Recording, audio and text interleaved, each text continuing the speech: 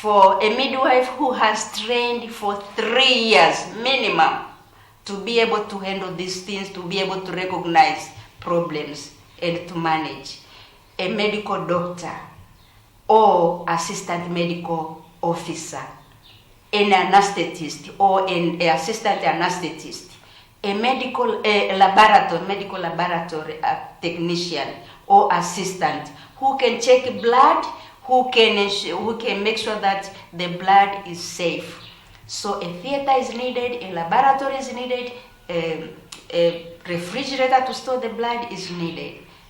And the other thing, another problem is infection, severe infection. They need injectable antibiotics on time, otherwise they die of severe fever. The reason is not the environment, the handling of the woman, whoever is doing what, maybe at home or even at the hospital, but severe infection. The woman is here with high temperature, she's in pain, and the baby is suffering, so they need injectable antibiotics. Sometimes they lose conscience. They cannot swallow any tablet. They need injectable antibiotics, So that is another thing. The other one is retained placenta or products of conception. So retained placenta, there are several reasons for retained placenta. Retained placenta, sometimes it is big. It has to be removed. It can't come out on its own. It has to be removed by a qualified person. We call it manual removal of the placenta. Sometimes it cannot be removed even manually. It is so adhered to the woman's womb that it requires the woman to be sent to theater. That's why even retained placenta requires the woman to be in a place where there is a theater and qualified staff. The other last one is obstructive labor, obstruction.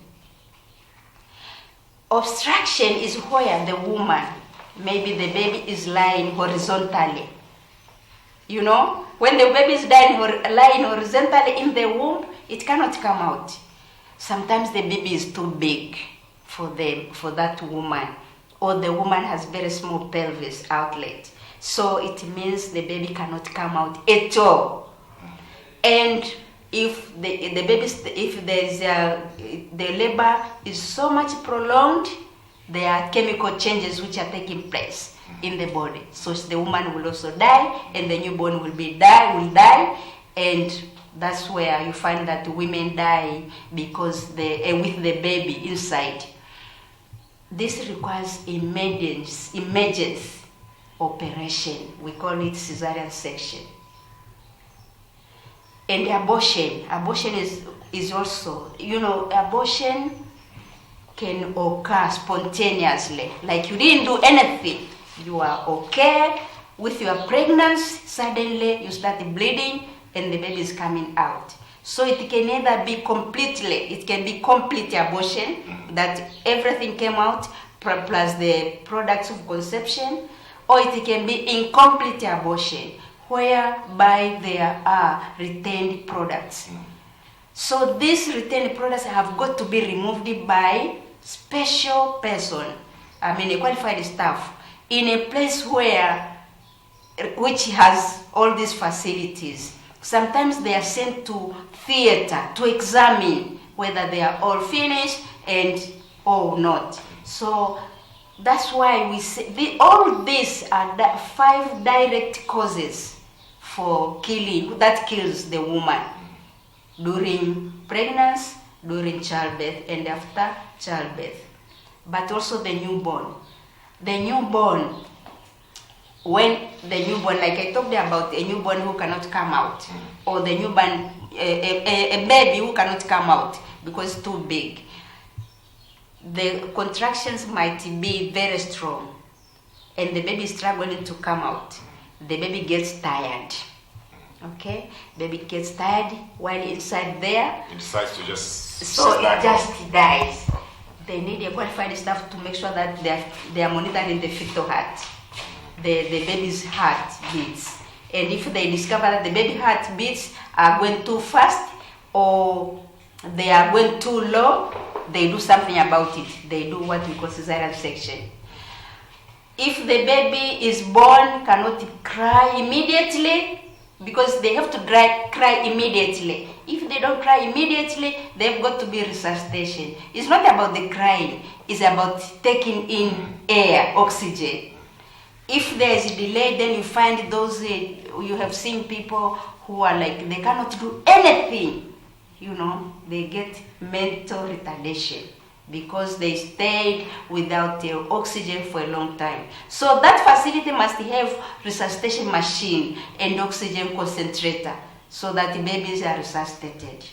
So this is what we call comprehensive emergency obstetric and newborn care, because all this require attention within very short time and proper attention. And this is the only approach which can save women. So women, when they are very far, they die. That's why 24 women are dying. These services are expensive. Okay, they are very expensive. To ensure that a health facility which did not have CEmONC to do that services, it requires Tanzanian shillings 900 million. It is very expensive, and that's why. But it is not expensive because we are saving lives. This is the nation. I mean, the nation has got to continue. Without the mothers, without the newborns, the nation cannot continue. So we cannot say it is expensive. It is expensive in a way that we require lots of money, but it is possible. That's why we say this area is grossly underfunded. That's the root cause. Because when you look at the CCHPs and when you look at the MTEF with the Ministry of Health, you cannot find money that is is addressing this problem, saying that this is money for CEmONC. And we are going to build a theater, we are going to employ qualified staff, we are going to build a laboratory, we are going to ensure there is safe blood, and that there is storage for blood, I mean refrigerator. You cannot find, saying that this is for water, to make sure the theater is functioning, this is for electricity. You just find things like mentoring, supervision, is that CEmONC. Either it's not in the priority as it's supposed to be, because this is life-saving. So to us as White Ribbon Alliance and many stakeholders, we think that this should be in the priority area rather than being buried in maternal, newborn and child, adolescent health. Because in there are so many areas, there are so many important things. There is a vaccination for campaigns, there are maybe communicable, whatever other problems that are affecting children under 5 and adolescents and all these kind of things.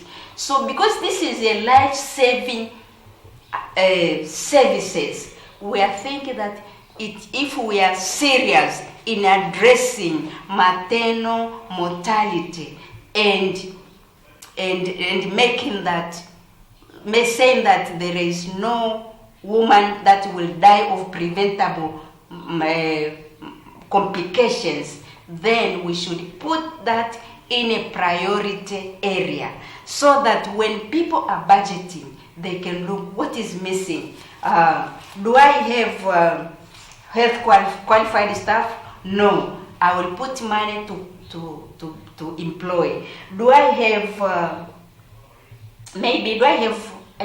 reliable electricity? No. I will put it. Do I have a theater? No. I'll build a theater. So each year, if they are budgeting according to CEmONC gaps, each year addressing 1 or 2 gaps at a time, we shall be there.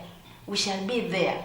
For example, Mama Samia, our Vice President, on the White Ribbon Day, she said that the government is going to address this, and it will be step by step.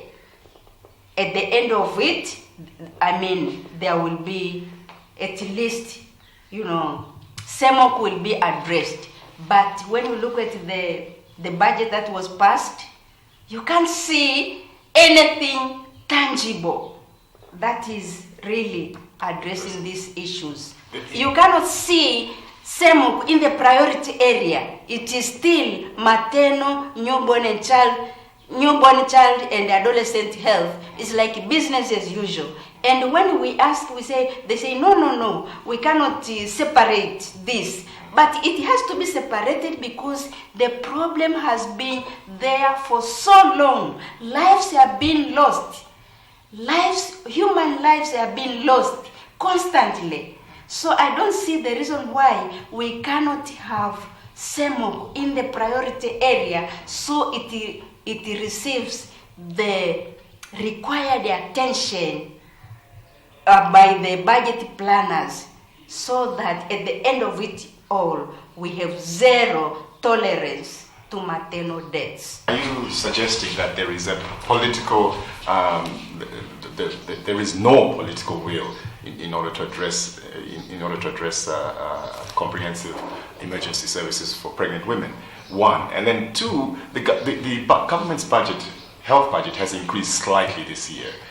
Does that reflect any positive focus or positive changes to your cause? What we are saying is this specific approach to save mothers and newborn deaths is very, very specific. It is something that we have not paid enough attention. Year in, year out, day in, day out, 24 women are dying. So this requires attention. That's why we say that I looked in the CCHPs. The budget, the CEmONC is under intervention. It is like an activity. It is under maternal, newborn and child health. It shouldn't be there. It should be on its own, like malaria. We have reduced malaria to a great extent. We are very happy. We've reduced HIV. Family planning is going up because they are all separated from maternal, newborn and child health. If before family planning was with maternal, under maternal, newborn and child health, like CEmONC is now. But it is now on its own. You can say that we are now budgeting for family planning. I want 1, 2, 3, 4, 5. But for CEmONC, you are saying that we are budgeting for maternal, newborn and child health. And we want through 2, 3, 4, 5 CEmONC included. You see the difference. But what we want to say is it should be considered a priority because these are services which are directly saving lives that have been dying constantly. Yesterday, 2 men came to testify. It is horrendous, the way they are suffering. We have talked to some. Their children are being taken care somewhere else in the orphanage because their wives died. Some of them, they stop doing everything. They take care of their children. So there is a depletion of the economy and development because these men have got to go to take care of their children. One of them was saying that their children call them, you are a mama, you are a dad, and they feel bad. So this is serious issue. So I don't see the reason why we cannot put it in the priority and budget for it really well to make sure that whenever